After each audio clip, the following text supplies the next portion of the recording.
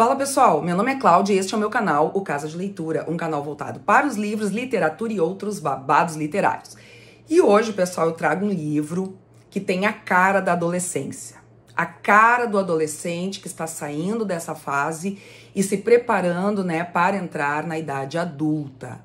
Nós que já passamos por isso sabemos bem que é um período bem turbulento, um período em que emocionalmente, nós temos que dar conta de muitas coisas, preocupação com o futuro, com o que será de nós, e tudo mais.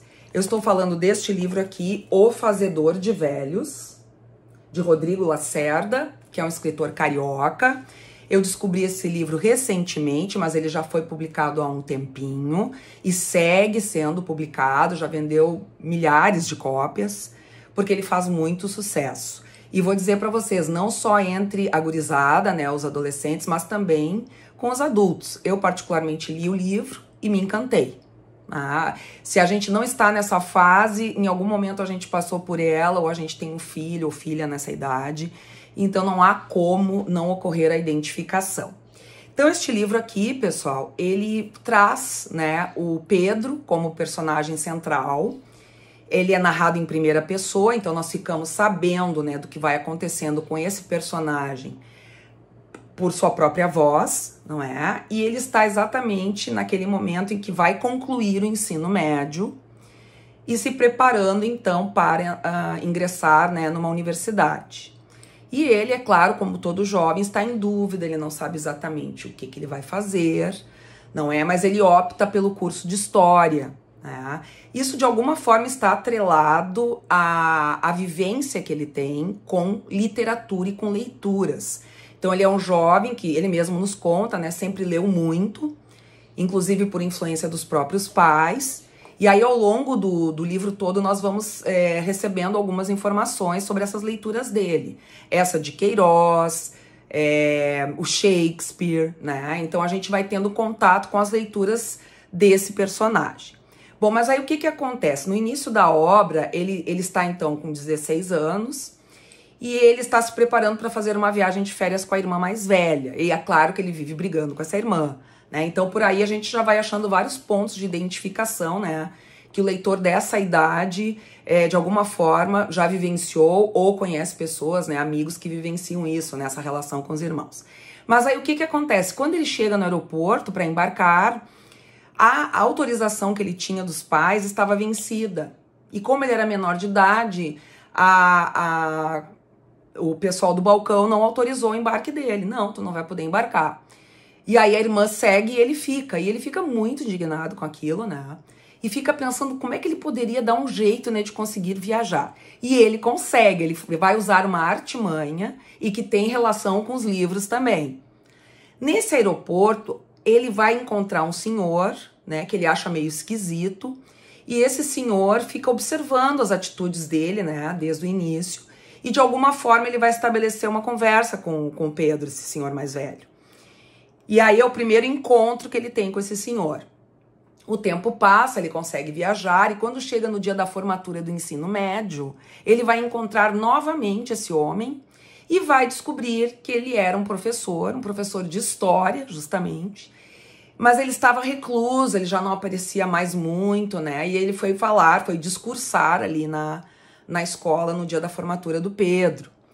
E aí o Pedro fica super encafifado, Pô, de novo e tal. Então é o segundo encontro que ele tem com esse senhor que vai desempenhar um papel decisivo nas escolhas e no futuro do Pedro. Eu vou ler alguns trechinhos aqui para vocês, pessoal, que eu acho que são bem legais, para a gente entender como essa obra pode tocar o jovem leitor. Por isso que muitos autores, muitos estudiosos classificam esse tipo de livro como romance de iniciação ou de formação, porque está bem ligado a essa fase da vida, que é uma fase inicial, uma fase de transição, mas que o leitor está então já se encaminhando para a idade adulta. E aí ele se identifica com o personagem que também está nessa fase. Então, sobre os livros, o personagem, então, o Pedro, falando para nós sobre o Essa de Queiroz, Então ele diz assim: fiquei muitos anos obcecado por aquela mistura de grande arte com diversão, de temas adultos com leveza, pela combinação que o Essa fazia de personagens bons com defeitos e de personagens maus com qualidades, sempre tratando a todos de forma igualmente amorosa, igualmente irônica, como se o escritor de fora lançasse um olhar piadista sobre tudo e todos, um olhar que não condenava ninguém, mas ria de todo mundo. E essa piada, esse seu jeito de ir tirando uma dos personagens, se tornou para mim a conversa de um amigo.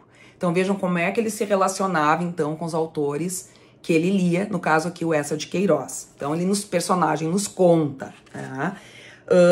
No episódio do aeroporto, quando ele é barrado, ele diz o seguinte: nada é pior do que ser tratado como uma criança aos 16 anos. Quem de nós nunca pensou assim, né, gente? Nós não somos bem adultos, mas também não somos mais criança. Então, como é que o adolescente tem que ser tratado? Então, aqui o personagem, o protagonista, vai dividindo com o leitor as suas angústias, os seus anseios de adolescente. Tá? Vamos ver mais um trecho, assim, que eu achei bem legal para mostrar para vocês aqui. Deixa eu ver aqui. Ó. Se eu pudesse dar um conselho a vocês, aí é o professor Nabuco, esse professor de história que ele conhece no aeroporto, no discurso da formatura, então, do Pedro e de seus amigos. Então ele diz assim: se eu pudesse dar um conselho a vocês, eu diria: não queiram nunca ser eternamente jovens.